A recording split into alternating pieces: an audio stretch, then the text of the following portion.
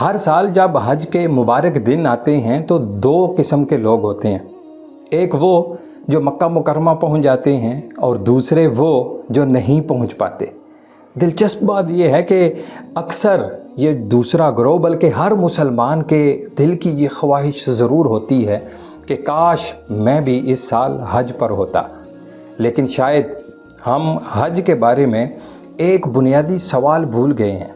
وہ سوال یہ ہے کہ کیا حج صرف سفر کا نام ہے یا کسی نظریے کے ساتھ جڑے رہنے کا نام ہے؟ ذرا سوچئے، حج میں لاکھوں لوگ ایک ہی طرح کا لباس پہنتے ہیں، کوئی بادشاہ نہیں، کوئی مزدور نہیں، کوئی امیر نہیں، کوئی غریب نہیں، سارے ایک ہی طرح کے الفاظ زبان سے ادا کرتے ہیں، ایک ہی طرح کی عبادات بجا لاتے ہیں۔ آخر ایسا کیوں ہے؟ کیونکہ حج دراصل انسان کو اس کی اصل پہچان یاد دلاتا ہے کہ تمہاری قیمت تمہارے کپڑوں سے نہیں، تمہاری قیمت تمہارے بینک بیلنس سے نہیں، قومیت یا سوشل سٹیٹس سے نہیں، بلکہ تمہاری قیمت ہے تو اللہ کے ساتھ تعلق سے ہے۔ اور یہی وہ سبق ہے جو سیدنا ابراہیم علیہ السلام نے پوری انسانیت کو دیا تھا۔ حج دراصل سیدنا ابراہیم علیہ السلام کے مشن کی سالانہ تجدید ہے۔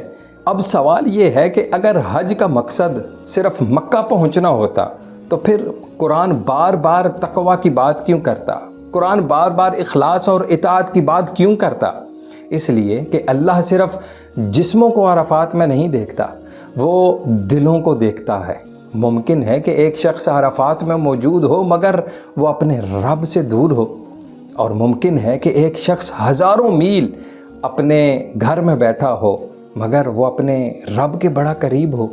اسی لیے تو نبی کریم صلی اللہ علیہ وآلہ وسلم نے ذوالحجہ کے پہلے 10 دنوں کے بارے میں ارشاد فرمایا کہ ان دنوں میں کیے گئے نیک اعمال اللہ رب العزت کو سب سے زیادہ محبوب ہیں۔ یعنی اللہ رب العزت نے رحمت کے دروازے صرف حاجیوں کے لیے ہی نہیں کھولے بلکہ پوری امت کے لیے کھولے ہیں۔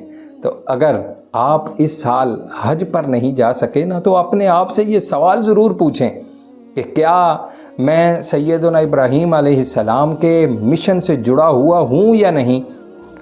کیا میں اپنی خواہشات قربان کر رہا ہوں یا نہیں؟ کیا میں اپنے مال میں سے دوسروں کا حق ادا کر رہا ہوں یا نہیں؟ کیا میں اللہ کے حکم کو اپنی مرضی پر ترجیح دیتا ہوں یا نہیں؟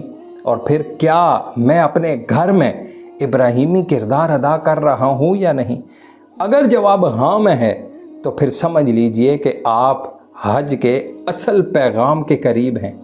شاید آپ مکہ نہیں پہنچ سکے لیکن سیدنا ابراہیم علیہ السلام کے راستے پر چل رہے ہیں، اور شاید یہی سب سے بڑی حقیقت ہے۔